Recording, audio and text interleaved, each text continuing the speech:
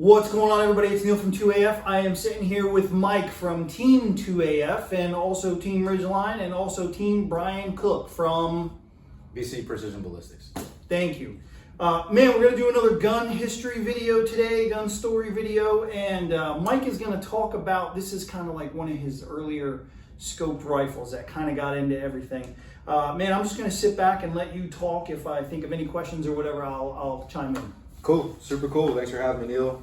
As you mentioned, this rifle is a build of mine that I guess you could say played a pretty special role to me in terms of where I was at the time and kind of, I guess, the switch that it helped me flip, and not just my interest, but really learning more about what the capabilities that, you know, essentially a shooter could do with a short gun like this. So I shot this almost exclusively for probably 2 years back in 2018, 2019. Probably moving a little bit past that to 2020.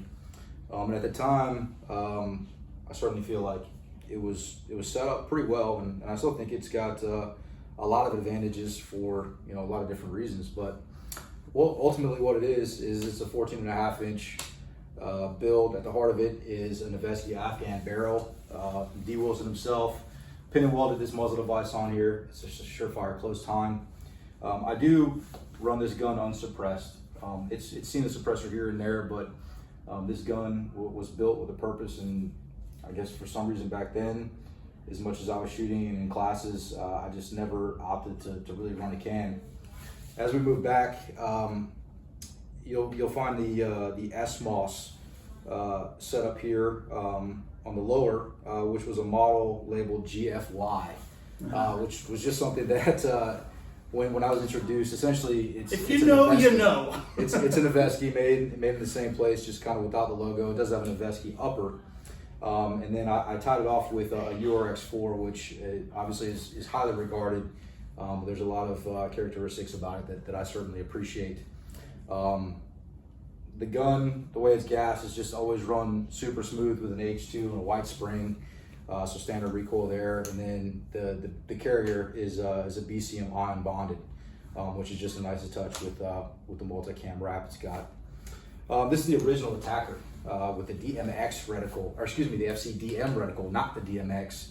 And at the time, I don't recall if this preceded the Vortex or if the Vortex, where they came out, it was roughly the same time. This was probably months before, but this has seen some evolution to it as well. It was about the same time that the tall mounts came out. So I remember when I went to the first Ridgeline Scoped Carbine class before they had any open enrollment back in, I believe, 2019. I took this gun to that course, and I had a 193 mount with a CTR riser that LaRue had made. And with the height of the offset dot, I realized pretty much how asinine that the height of it was, a little tall with the offset and the height of her bore. So we shrunk that back down. It's got a Geisley mount on it. If it's not broke, don't fix it type of deal. Looks like the Reptilia 12 o'clock mount with an RMR on top. That's correct. So as much as I prefer to shoot Badger, there's just no reason for me to have changes over the years. So really, it's a pretty special gun to me in terms of just the time, you know, of my shooting career as a student, as a competitor, and more importantly from the learning aspect of being able to understand what the real capabilities are. I learned gunfight math from the Ridgeline guys with this gun, and really put it to the test out on the range after the class. And this build really represents a lot of fun and a lot of learning, and really a major turning point, particularly for me as a shooter in competition. It's been night vision capable before, again, on and off with the suppressor. There are no enablers or anything on there now, but I do keep the light over here at 3 in case I want to slip something on there. I don't have to make any adjustments. And then, you know, just some small accoutrements, if you will. The radiant selector. On the side, you'll see we've got the Geisley Maritime that I think at the time when they came out, I threw on everything. And of course, just some night stuff, man. The Knight's Picatinny mount, the Sling QD. And if I'm not mistaken, this was about the time I learned really what the length of pull was beyond the system itself, kind of bipod position, and being able to use it with your offhand and gaining stability in various things, using it as a barricade stop in particular positions and whatnot. So I've heard you mention before that you went to, we hosted with Reston Group Ridgeline classes down here in St. Augustine a couple of times, and you had gone to those classes, and that's what kind of, I think I heard you mention, it kind of flipped the switch in your head, like, man, this is pretty cool what these guns can do, and that's what kind of led you on the road to shooting the scoped matches that you've been participating in. Yeah, man, that's exactly right. We did 2 courses with Ridgeline pretty close together from the Reston Group, again, pretty early on.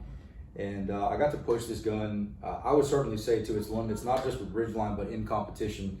I remember coming off the large frame shortly after that time in some gasser comps, particularly quantified performance in its early days.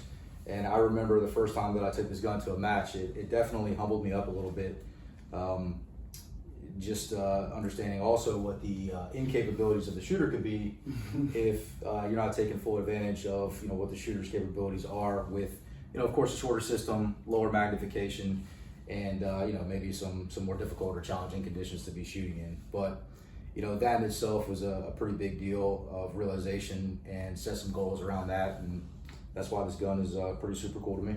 Yeah, man, I know that after those classes you started, putting in tons of work and learning about that type of shooting, and then shooting the quantified performance matches among others, and just continuing to improve and do really, really well. So man, I think it's really cool that this is kind of the gun that started all that for you, and to see where you are now, just kind of making it happen.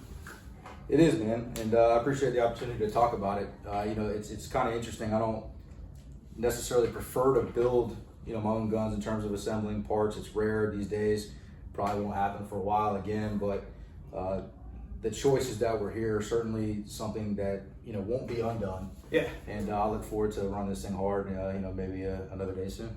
All right, man, thanks, Mike. Thank you.